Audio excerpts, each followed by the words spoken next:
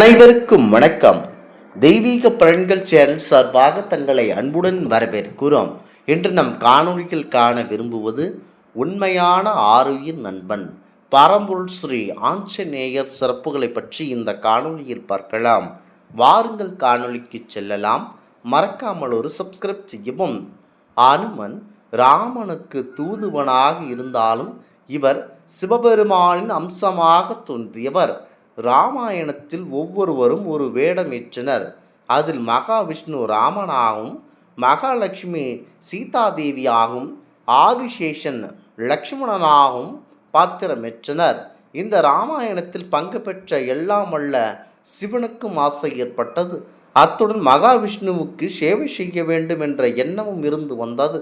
இதனால் சிவபெருமான் ஆஞ்சநேயராக அவதரித்து இராமாயணத்தில் ராமருக்கு சேவை செய்தார் என்பது முக்கிய செய்தியாகும். ஆஞ்சநேயரை வழிபட்டால் சிவனையும் பெருமாளையும் சேர்த்து வழிபட்ட புண்ணியம் கிடைக்குமாம். ஆஞ்சநேயரின் ஜெயந்திக்கெல்லாம் ஜெயந்தி. அந்த ஜெயந்தியை நாம் கொண்டாடுவதனால் நமக்கு சகல மங்களமும் உண்டாகும். நினைத்த காரியம் கைகூடும், துன்பங்கள் விலகும், குடும்பத்தில் இன்பம் பெருகும். ஆஞ்சநேயரை ராமநாமத்தால் சேவிப்பதோடு வடைமாலை சாத்தி, வெற்றிலை மாலை அணிவித்து, வெண்ணெய் சாத்தி ஆதரிக்க வேண்டும். இவரது பெருமை இராமாயணத்தில் மட்டுமில்லை, பல புராணங்களிலும் உண்டு. இதற்கு முக்கிய காரணம் வைணவத்தில் ராம பக்தனாகவும், சைவத்தில் சிவனின் அம்சமாகவும் இருப்பதுதான். எந்த இன்னலையும் எதிர்நோக்கும் அறிவையும் பலத்தையும் தைரியத்தையும் கொடுக்கின்றவர் என்ற நம்பிக்கை நம் மக்களிடையே உண்டு. ஆஞ்சநேயர் மீது அயக்ரீவர், சரஸ்வதி, தட்சிணாமூர்த்தி போன்ற அனைத்துவரும் ஆஞ்சநேயரை வழிபட்டால் கேள்விகளில் சிறந்து விளங்கலாம். எல்லோரையும் கலங்கச் செய்யும் சனி பகவானையே ஒரு முறை இவர் கலங்கச் செய்தார். இதனால் சனிசோசத்தினால் பாதிக்கப்பட்டவர்கள் இவரை வழிபடுவது சிறப்பு. இவர் அவதரிக்க போவதான செய்தியை வைபகவானுக்கு பரம்பொருள் அறிவித்த ஊர் மதுரைக்கு அருகில் உள்ள திருவாத ஊராகும். இந்த ஊரில்தான் திருவாசகம் தந்த மணிவாசகர் அவதரித்தார். பகைவரை அச்சமுறச் செய்யும் வலிமையும், மேருமலையை குன்றச் செய்யும் உறுதியான மனோதிடமும் உடையவர்தான் நம்முடைய ஆஞ்சநேயர். இவர் சிறந்த கல்விமான், ஆயினும் அடக்கம் உள்ளிட்ட பண்புகள் நிரம்ப பெற்றவர்.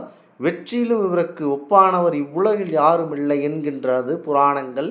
ஆஞ்சநேயரின் அடக்க குணத்தை வெளிப்படுத்தும் வண்ணம் ஆலயங்களில் உள்ளது அவரது அத்வாத்தான திருமேனியில் உள்ள பல வினய ஆஞ்சநேயராக காட்சி தருகின்றன.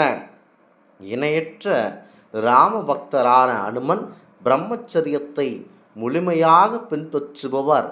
ஆற்றல், சீலம், அறிவு, பக்தி மற்றும் வீரம், புலனடக்கம் என்று நிகரற்ற தன்மைகளை கொண்டவர். தனது இளம் வயதிலேயே சூரியனை பிடிக்க பாய்ந்தவர். சத்ருவின் அனைத்து குணங்களையும் ஒருங்கே பெற்ற மாருதி.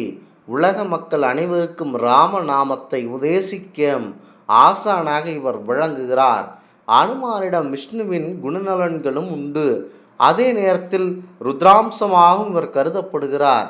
ராமர் எப்படி சிவ பக்தராய் திகழ்கிறாரோ அதுபோல சிவனும் சிறந்த விஷ்ணு பக்தராக விளங்குகிறார். திருமாலுக்கு தொண்டு செய்வதற்காகவே பரமேஸ்வரன் அனுமனாக வடிவெடுத்தார் என்று சில புராணங்கள் கூறுகின்றன.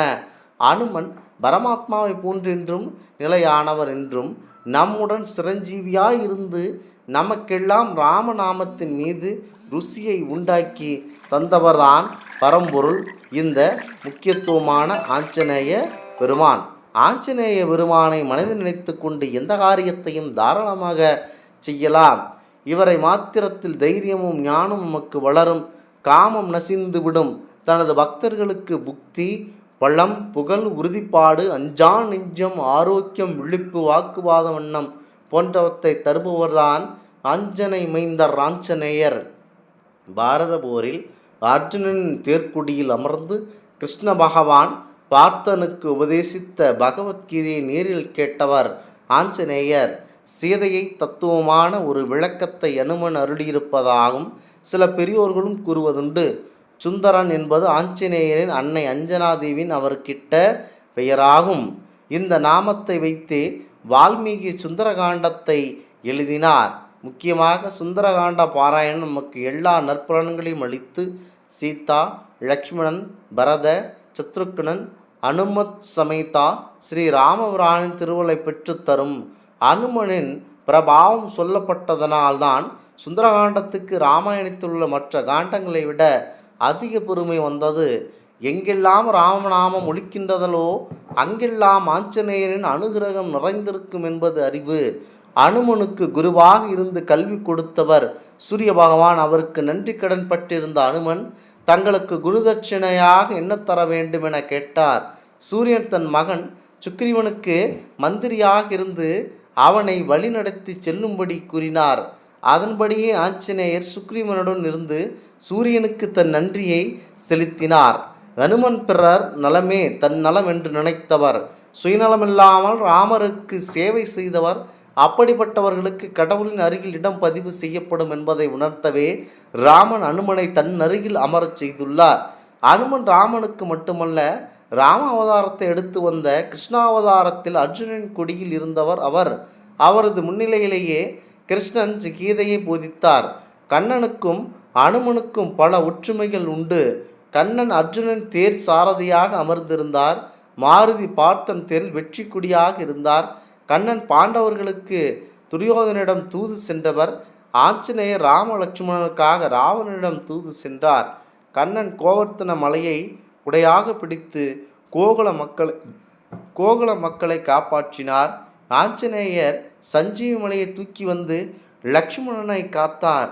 இருவருமே விஸ்வரூப தரிசனம் தந்தவர்கள் என இந்த இடத்தில் புலனாகிறது.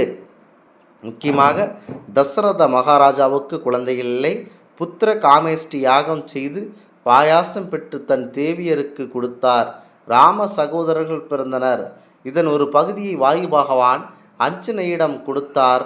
அவளும் கர்ப்பவதியாகி ஆஞ்சநேயரை பெற்றெடுத்தாள்.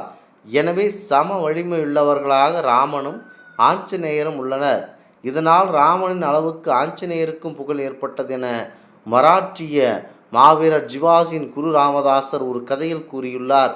சத்குரு தியாக பிரம்மம் தனது கீர்த்தனையில் அனுமனை ருத்ரனின் அம்சம் என்கின்றனர். அதாவது சிவாம்சம் பொருந்தியவர். முக்கியமாக காதில் ஸ்வர்ண குண்டலத்துடன் பிறந்த குந்தி தேவியின் மகன் கர்ணனைப் போலவே அனுமன் காதணிகளுடன் அவதரித்தவர்தானாம். கிஷ்கிந்தாவில் இளவரசனாக இந்திரனின் புத்தனின் வாலி இருந்தபோது பிற்காலத்தில் தன் மரணத்துக்கு கர்ணகர்த்தாவாக அஞ்சனாதேவியின் கருவில் உதிக்கப் போகும் அனுமன் இருக்கப் போகிறான் என்பதை ஜோதிட வல்லுநரின் மூலம் அறிந்தான். அந்த எதிரியின் மூலையிலேயே கிள்ளி எறிய கங்கணம் கட்டிக்கொண்டு ஒரு வஞ்சக வழியை தேர்ந்தெடுத்தான். தங்கம், வெள்ளி, தாமிரம், இரும்பு மற்றும் வெள்ளியம் ஆகிய உலோக கலவினால் அம்பு ஒன்றை தயார் செய்தான்.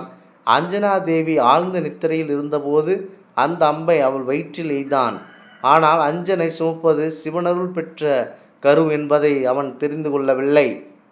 அம்பு வயிற்றில் பட்டவுடன் முக்கண்ணின் கோர பார்வையினால் அந்த அம்பு உருகி எவ்வித சேதத்தையும் ஏற்படுத்தாமல் போனது. பதிலாக அது கர்ண குண்டலமாக மாறி கருவிலிருந்த குழந்தையின் காதுகளில் அற்புத அலிங்கனாக அணிவிக்கப்பட்டது. அவையே அனுமனின் முதல் வெற்றி சின்னங்களாக அமைந்து விட்டது. கெட்ட மதி கொண்ட வாலியால் கடைசி வரை விதியை வெல்ல முடியவில்லை. இந்த ஆன்மீக தகவல் உங்களுக்கு பிடித்து இருந்தால் தெய்வீக பலன்கள் சேனலை கண்டிப்பாக சப்ஸ்கிரைப் செய்து கொள்ளவும். மீண்டும் ஒரு நல்லதொரு காணொளியில் உங்களை சந்திக்கிறோம். நன்றி, வணக்கம்.